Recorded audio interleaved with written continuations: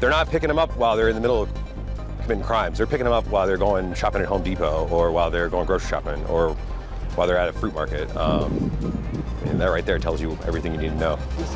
Well, yeah, I tell you what, these ICE officers, oh look, there they are. And guess what? When those Epstein files come out, that'll be it, okay?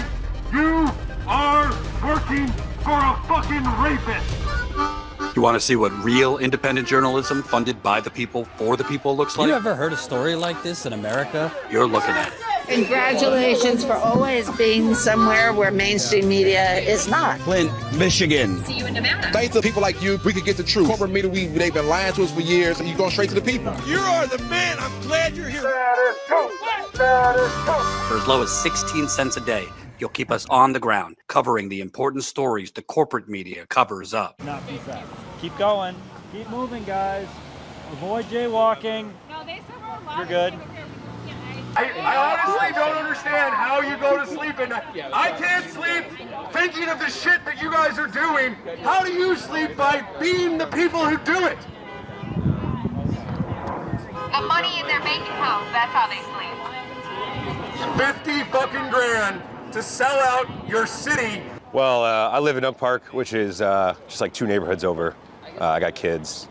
And this situation is got really scary really fast. I'm actually usually not too politically involved, but as soon as this became a local issue, you know.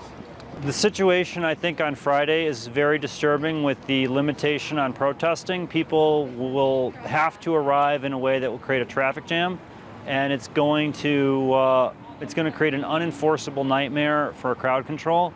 So I think people need to be very careful, plan carefully for what they're doing, and you know, we've got to do our best to stay safe while we protest. And as long as we do that, I think we can keep track of where these deportees are being sent and try to help them. And we can also, you know, create the conditions that help the governor resolve the situation peacefully. We're talking about moms and dads who are like in that, right in there, you know? I mean, maybe some of them are illegal, and maybe some of them have committed crimes in the past, but they're not picking them up while they're in the middle of committing crimes. They're picking them up while they're going shopping at Home Depot, or while they're going grocery shopping, or while they're at a fruit market. And that right there tells you everything you need to know. Hey, instead of getting the gun out to start the violence, why don't you just consider getting a real job and just going home and living a normal life? Maybe have some kids and just live in a community where they can go to school and you don't have to worry about them running into people like you. I was here before this fire hazard of offense went up. I've been trying to protest every day. I've got a surgery coming up on Friday, so I've been trying to do as much as possible before the surgery. I'm very concerned that not enough focus has been on the real victims, the deportees that aren't documented and where they're going. And there's been more of a focus on optics and antics versus actually creating the conditions that will help track where people are going and hopefully resolve this situation without it escalating to further violence or a stampede. How do you see the people coming out here? Do you think this is going to have an impact as far as how long the time that they keep this detention center? Well, yeah, I tell you what, these ICE officers, oh look, there they are. Why are you so close to the... Do you mind? No, go ahead. Why are you so close to the fence now, you fucks? Long day of work abducting people?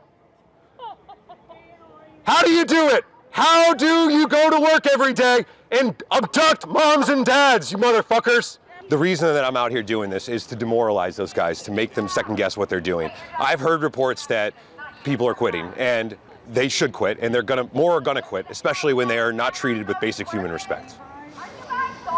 I mean, not eating in bathroom, not being able to go to the bathroom and not being able to get a decent meal, that's gotta hurt a person's morale. And it should hurt a person's morale because what they're doing is very serious. And honestly, respectfully, like whatever they do believe, it's a free country, they can believe it, but they can't do what they're doing, especially here. So, you know, if denying them a meal and denying them a bathroom is what it takes, and coming out here and like calling them fat, which, you know, I'm really just trying to get under their skin. And I think it's working. Well, I think that some of these things with the barriers, when tear gas comes out, for instance, tear gas was fired into this intersection. And it was done over the heads of demonstrators so that if somebody hadn't removed the tear gas and thrown it by the railroad tracks, the protesters would have had to flee through this busy intersection while tear gas canister was in it. It was incredibly irresponsible to fire tear gas over the protesters' head to cut off their escape. I don't know what Bavino, who was here that night, was thinking. I heard him enough to know that tear gas was coming out, but nobody heard what he said. I just started walking calmly away because I didn't want to get hurt. But people who didn't hear him stayed, and tear gas was fired over their heads, cutting off their escape. Your choices led you guys to where you are right now. And it's a dark fucking place. And guess what? When those Epstein files come out, that'll be it, okay? You are working for a fucking rapist. And I will tell you that every time I see you for the rest of life. You will never live it down. I don't give a shit who's the president or what party's in control. You are siding with evil people. They don't care if they work for a rapist because most of them probably are rapists.